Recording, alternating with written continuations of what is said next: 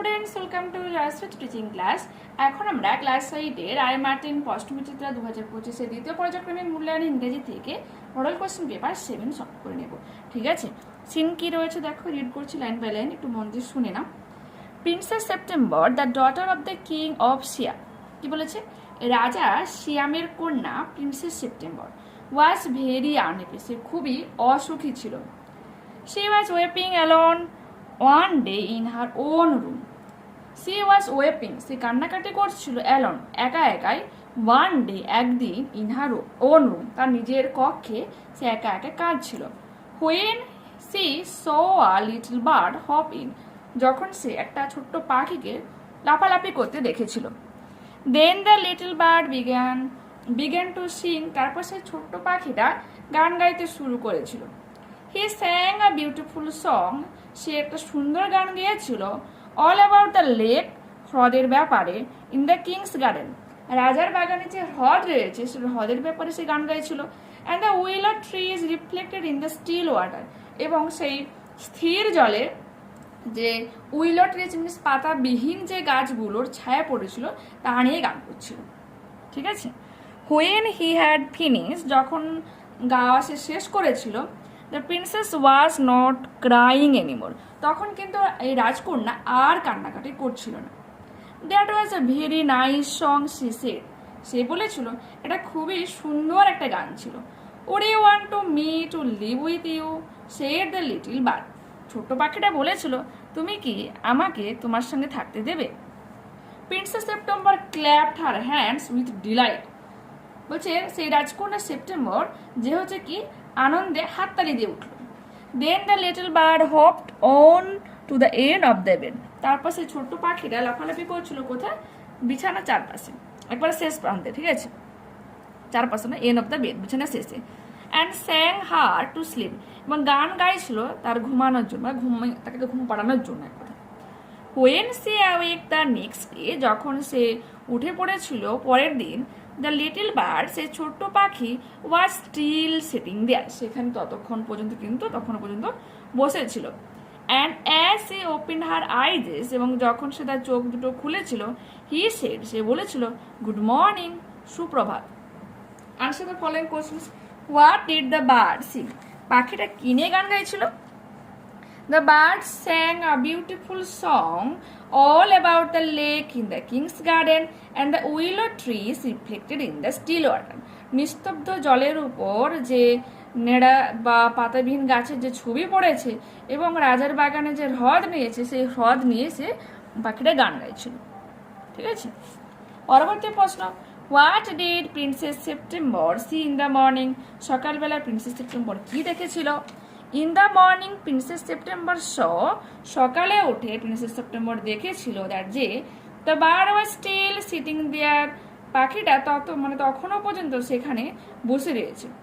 And as she open her eyes he said good morning, এবং যখন সে তার চোখ খুলেছিল সে তাকে সুপ্রভাত জানিয়েছিল। কজ এফেক্ট দেখে নাম, princess September was very unhappy, princess September খুবই অসুখী ছিল। এখানে এফেক্ট কি লিখবো আমরা? She was weeping alone one day in her own room, তাই সে একদিন তার রুমের মধ্যে কান্নাকাটি করছিল একা একাই। The little bird said good morning, cause princess September awake the next day, পরদিনে প্রিন্সেস সেপ্টেম্বর ঘুম থেকে উঠেছিল তাই সে তাকে সুপ্রভাত জানিয়েছিল, তাই তো। The little bird agree to stay with princess September, ছোট্ট পাখিটা প্রিন্সেস সেপ্টেম্বরের সঙ্গে থাকতে রাজি হয়েছিল। এফেক্ট কি লিখবো? The princess September clapped her hands with delight, আনন্দে প্রিন্সেস সেপ্টেম্বর হাততালি দিয়ে উঠেছিল। ওকে, এরপর দেখো দ্য সি থেকে স্ট্যান্ডার তুলে দেওয়া রয়েছে। The sea is a hungry dog, কি বলেছে? বলেছে যে সমুদ্র হয় ক্ষুধার্ত কুকুর, মিনস সমুদ্রকে ক্ষুধার্ত কুকুরের সঙ্গে কম্পেয়ার করা হয়েছে, এখানে তুলনা করা হয়েছে। জায়ান্ট অ্যান্ড গ্রে, যেহেতু সমুদ্র অনেক বড় সেজন্য তাকে দৈত্যের সঙ্গে তুলনা করা হয়েছে। অ্যান্ড গ্রে, ধূসরের রঙের সঙ্গে কম্পেয়ার করা হয়েছে। He rolls on the beach all day, সারাদিন ধরে কি করে? সে সমুদ্রের তীরে গড়াগড়ি খায়। উইথ হিজ ক্ল্যাশিং টিথ, সংঘর্ষিত দাঁত, অ্যান্ড স্যাগি জাউজ, রুক্ষ চোয়াল, hour after hour he gnaws, ঘন্টার পর ঘন্টা ধরে সে যেন কামড়াতে থাকে, চেবাতে থাকে। রামব্লিং বলছে গড়াগড়ি খাওয়া, অ্যান্ড টাম্বলিং স্টোনস, হ্যাঁ বলছে যে গর্জনরত এবং গড়াগড়ি খাওয়া পাথরগুলো, অ্যান্ড বোনস বোনস বোনস, এবং হাড় হাড় হাড়। দ্য জায়েন্ট সিড অফ মোনস বলছে সমুদ্রময় মানে দৈত্যাকার সমুদ্র কুকুর কি করে, প্রচণ্ড চিৎকার করে। লিকিং হিজ গ্রিজি পাউচ, তার এই চটচটে পাক থাবাগুলোকে কি করে সে চাটতে থাকে। And when the night wind roars, যখন রাতের বাতাস কি করে, রোডস গর্জন করে। অ্যান্ড দ্য মুন রক, এবং চাঁদ আন্দোলিত, মানে চাঁদের আলোচনা আন্দোলিত হয়। ইন দ্য স্টর্মি ক্লাউড, ঝড়ো ওই মেঘের আড়ালে। হি বাউন্স টু হিজ ফিট, সে তার পাগুলোকে যেন বিছিয়ে দেয়। অ্যান্ড স্ন্যাপস অ্যান্ড স্নিপস, নাক ঝাড়তে থাকে। Shaking his wet sides over the cliffs, যে পাথরের ঢিবিগুলো থাকে তার পেছনে গিয়ে যেন সে তার ভেজা শরীরটাকে একটু ঝাঁকিয়ে নেয়। And Howl's and hollows long and loud, দীর্ঘ সময় ধরে উচ্চস্বরে সে কি করে চিৎকার করতে থাকে। কলাম এন, কলাম বি দেখে নাম। স্যাগি হয়ে যাবে রাপ, মোন গ্রোন, নোজ হবে যে বাইটস অ্যান্ড চিউজ। ঠিক আছে, write A for true and A for false statements দেখো। The giant sea dog is blue in colour, false হয়ে যাবে। The sea is a hungry dog, ঠিক আছে, কমা সেকেন্ড যেহেতু লাইন শুরু হচ্ছে সেজন্য স্ল্যাশ দিয়েছি। Giant and green. The giant sea dog shakes his sides over the cliff when it is water soaked, true হয়ে যাবে। এবং এর সাপোর্টিং স্টেটমেন্ট আমরা এখান থেকে এতক্ষণে দিয়ে দেবো। Who is the poet of the poem, এই কবিতার কবিকে কি লিখবো আমরা, James Reeves is the poet of the poem, James Reeves হচ্ছে কি এই কবিতার কবি। What does the sea dog to do, hour ঘন্টার পর ঘন্টা ধরে সমুদ্র কুকুর কি করে।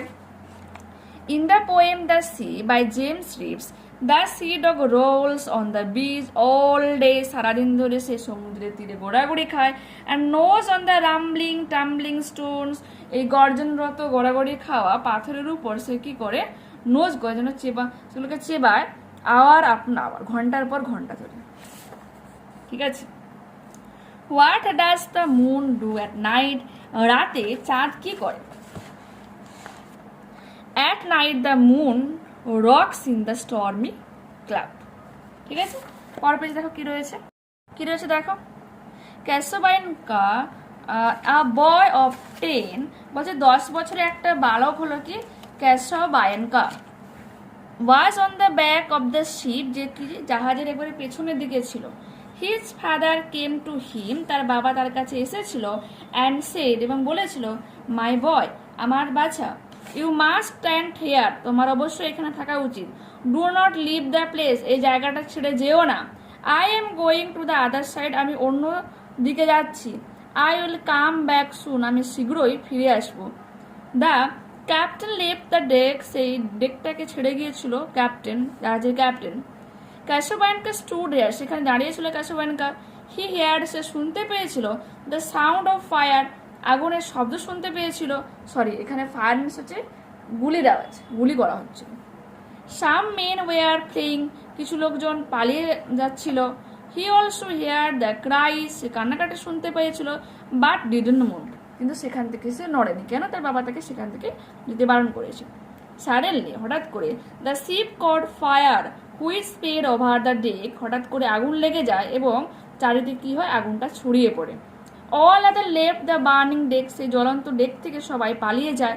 ফাদার ফাদার রাইট ক্যাসাবাইনকা চিৎকার করে বলেছিল, বাবা বাবা, হোয়ার আর ইউ, তুমি কোথায়। May I leave the place now, আমি কি এই জায়গাটা এখন ছেড়ে যেতে পারি। But there was no reply, কিন্তু সেখানে কোনো কি ছিল না, উত্তর ছিল না। His father was killed by the enemy, শত্রুপক্ষদের দ্বারা তার বাবাকে হত্যা করা হচ্ছে।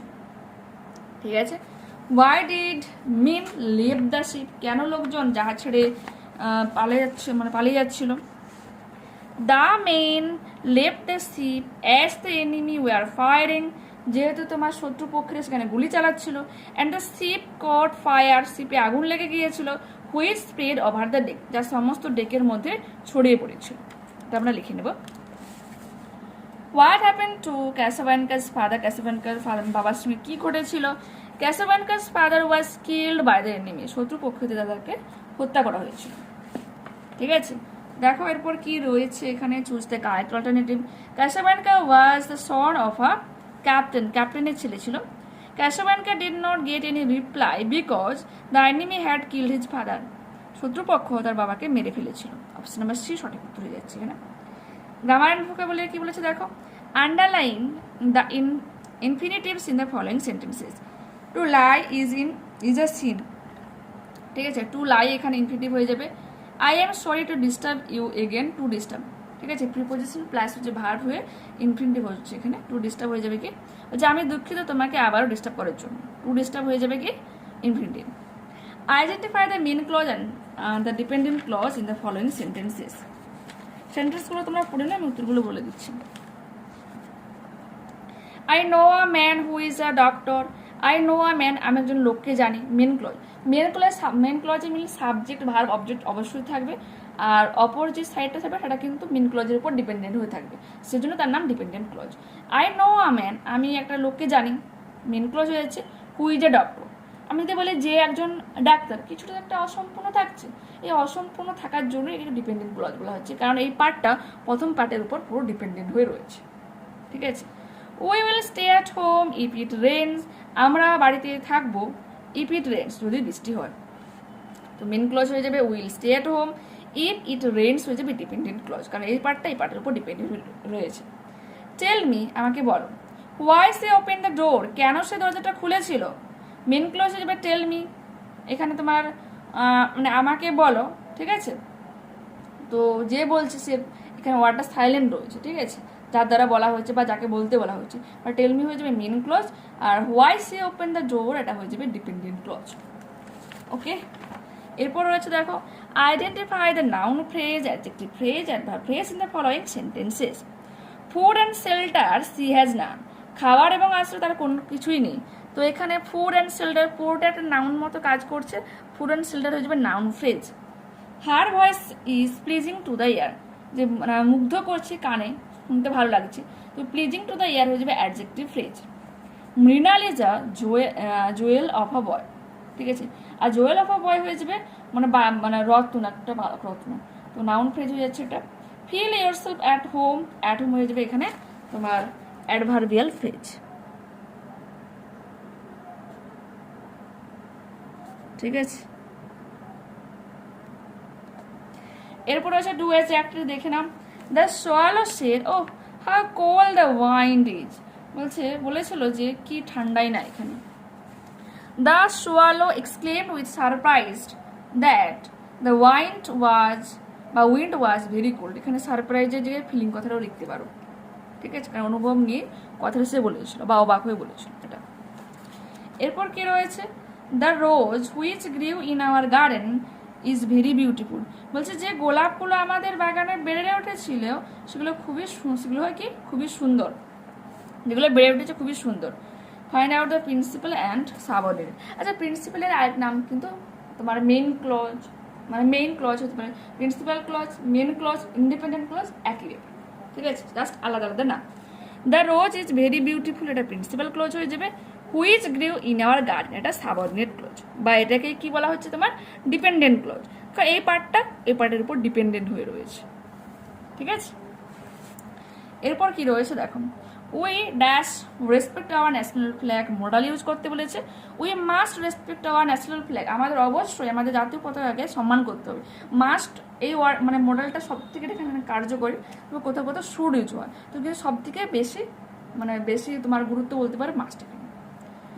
The dog and the beach, এখানে dash another dog wear a piece of dash in its mouth, দুটো দেখা মিট, জাস্ট এখানে কি রয়েছে তোমার স্পেলিং আলাদা রয়েছে। The dog and the beach meet another dog, একটা কুকুর এবং একটা কুকুরি একে অপরের সঙ্গে দেখা করেছে। Who had a piece of meat in its mouth, যার মুখে কি ছিল, একটা মাংসের টুকরো।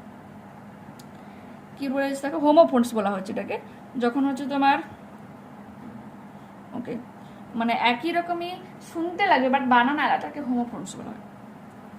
The teacher advise the student not to attempt it because it was dash important than the other, use the comparative degree of little.